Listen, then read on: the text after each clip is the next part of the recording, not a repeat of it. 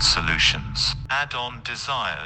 Hello viewers, welcome to Dot Solution Daily Current Affairs. I'm Lokesh Penugonda. In this session, we'll cover today's current affairs from both the Hindu and the Indian Express newspapers, and we'll also see some practice MCQs. So we'll begin with our first article, where it is stated that India would host the year 2026 World Championship in Badminton. So the Badminton World Championship in the year 2026 will be hosted by India.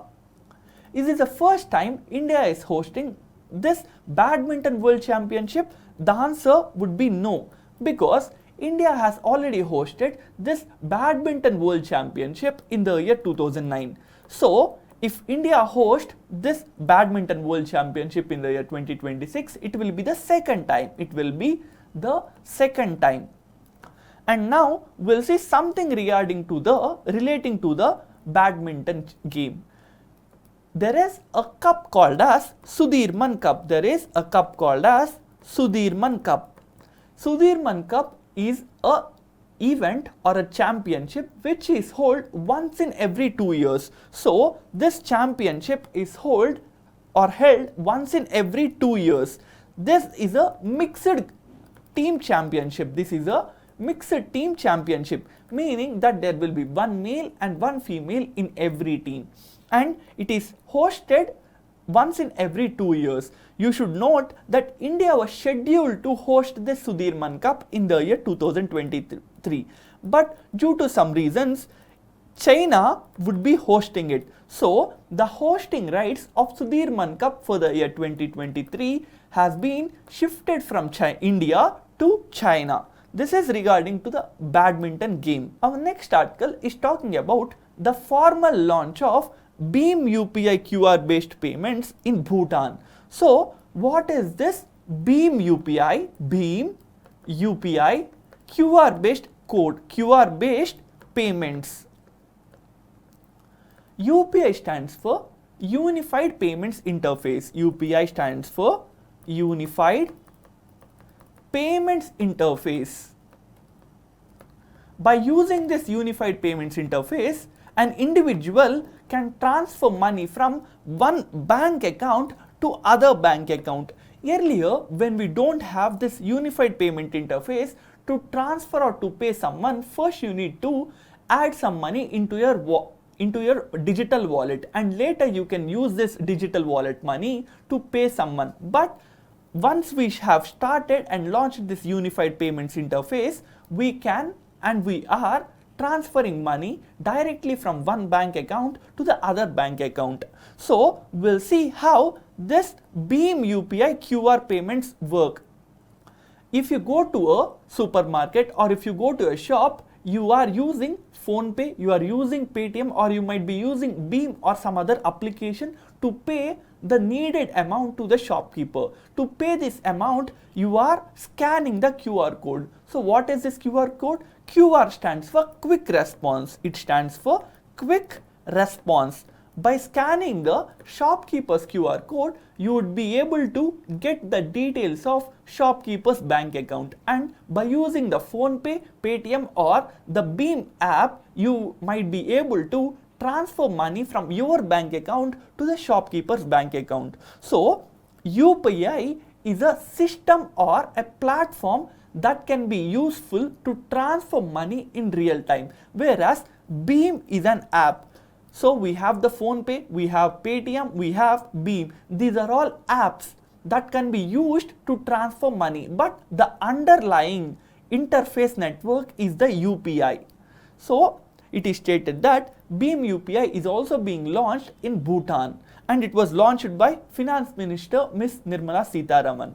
Our next article is talking about the Pradhan Mantri Awas Yojana. In the article, you can see about the Pradhan Mantri Awas Yojana. So what does this scheme talk about? In the year 2015, the Union government has launched this. The objective is to provide housing for all. The objective is to provide housing for all families. And it is stated in this scheme that by the year 2022, we will provide 50 crore houses, we will provide 50 crore houses to the poor people in the country. Later, this target of providing 50 crore houses has been reduced to 32.5 crore. So, for construction and for buying of nearly 32.5 crore houses, we would provide some kind of subsidy and will provide some kind of loan to the poor people. And though it was stated to be completed by the year 2022, what happened was the COVID pandemic. So as a result of it, this 2022 target is shifted to 2023. So the government has stated that by the end of 2023, we will support the construction and will support the buying of 32.5 crore houses in the country, so that every poor household and every poor family can get their own house. So if you have a question talking about the Pradhan Mantri Awas Yojana, you should remember that this is a scheme that is to provide housing or house to every poor family in the country. Our next article, it is stated that the write-offs of various banks in the country is 1.85 lakh crore. So, what is this write-off? What do you mean by write-off? Write-off is nothing but removal of some particular accounts from the bank's account books. So, some accounts of individuals will be removed from the account books of the banks, so that even when the bank is facing losses, this loss or this NPA or the non-performing asset would not be visible in the bank's account. So what you need to understand is that when you say write off, it is not waive off. It is not waive off. So what do you mean by waive off? In waive off, a bank will not get money what it has loaned to an individual. So when you hear that political parties stating that if they come to power in the next elections, they will waive off some amount taken by the farmers, it means that the amount taken by the farmers will not have to be repaid,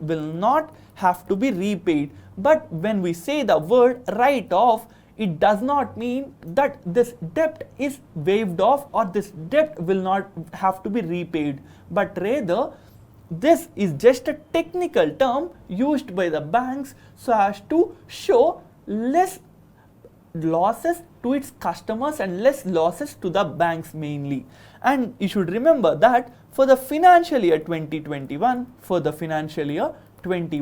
this write-offs by various banks in the country is 1.85 lakh crore, 1.85 lakh crore, whereas for the financial year 2020, the write-offs are nearly 2.4 lakh crore. So, the write-offs of the banks has been reduced by nearly 50,000 crores. Our next article is talking about Mrs. Amrita Shergill's work.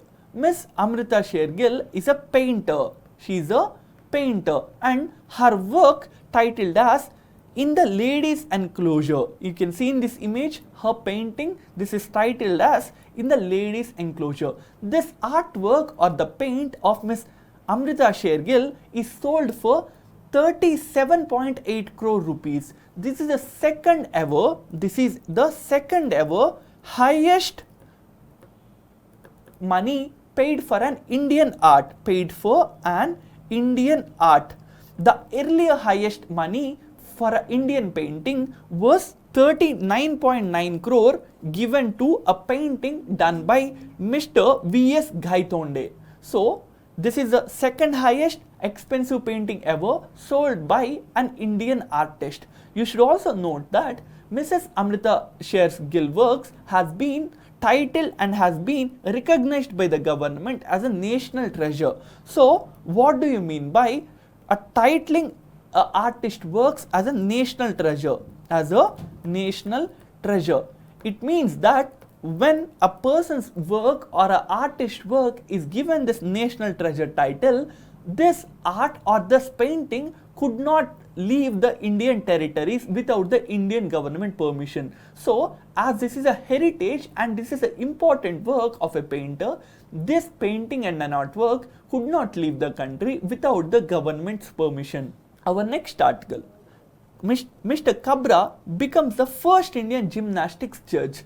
We have the Tokyo Olympics coming in the next few months, and Mr. Deepak Kabra, whom you can see in this image, has become the first ever Indian to be selected as a judge in the gymnastic competition. So you should remember that Mr. Deepak Kabra became first ever Indian to be selected for judging the gymnastic competition in the Olympic Games, whereas the first Indian to participate in the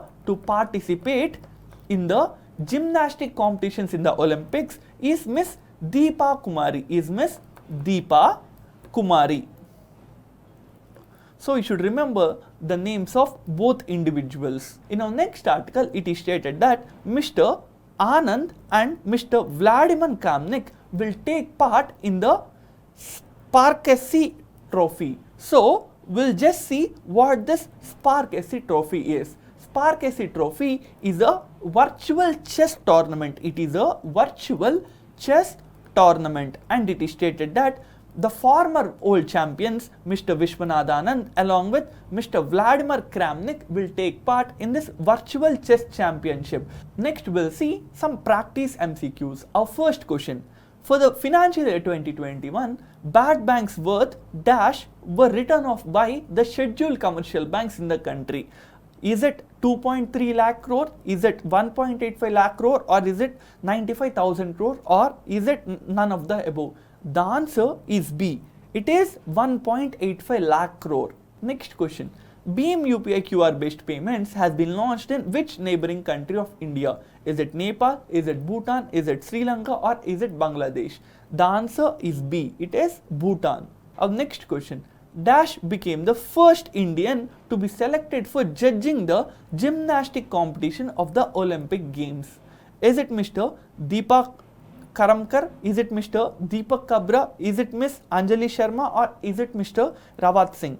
The answer is B. Mr. Deepak Kabra.